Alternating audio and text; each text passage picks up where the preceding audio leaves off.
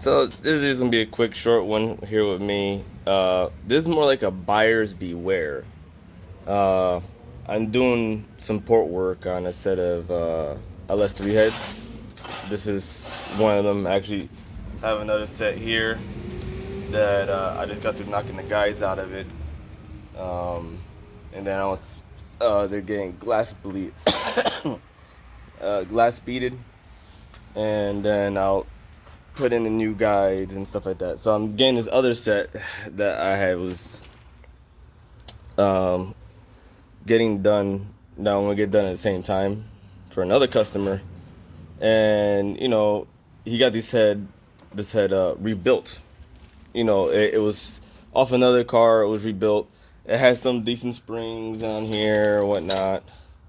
You know, um, but as I'm taking it apart, I noticed that uh, you know one, I don't know if you see at the end of this valve, it's almost missing something, and it's the margin.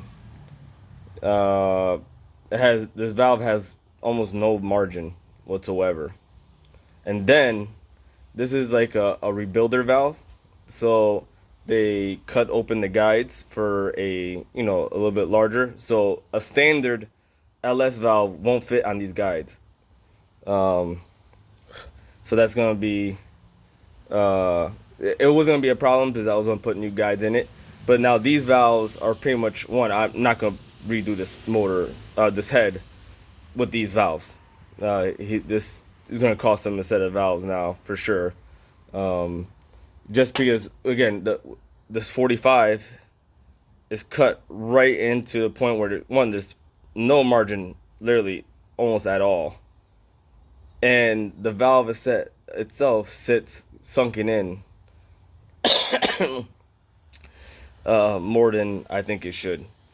Um, Again, I don't be doing a valve job and stuff like that, but this is no good. This is just garbage.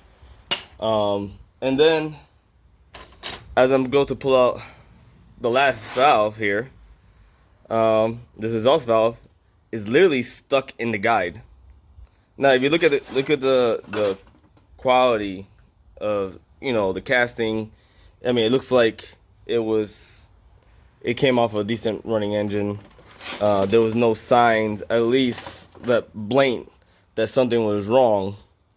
But this exhaust valve is pretty much stuck. Like, I popped the seal off, and again, doing this with one hand here. Uh, like,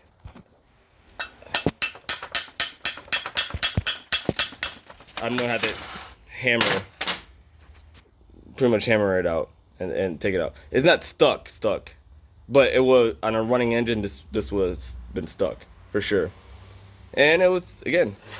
It looked like a good pair of heads, but I can tell you right now, whoever rebuilt these, they completely missizing this guide.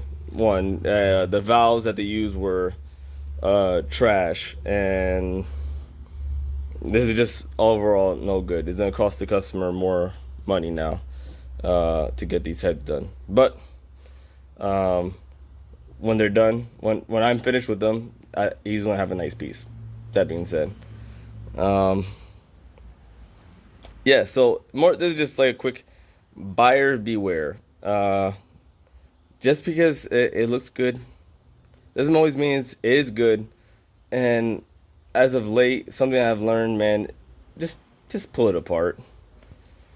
I learned that so often. You think you got a good deal or whatnot. It's just good to give it a quick once over. If it takes you an hour or whatever, like in a set of cylinder heads, pull out all the valves, check it over. Make sure the valves are seating. Make sure everything's sealing. It, it's uh, it's people's craftsmanship. Uh, it seems like it's in the gutter, and it's hard to find uh, good work, I guess. So I know the type of work I could produce. So I know when I'm done, this customer is gonna be happy.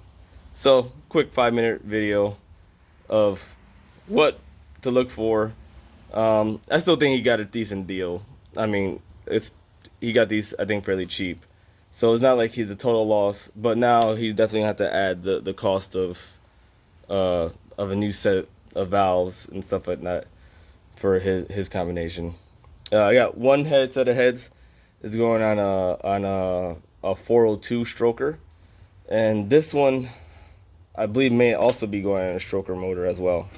So, you know, making sure everything is right is important. So with that being said, Brojo Builds, like, share, and subscribe. Ring the bell.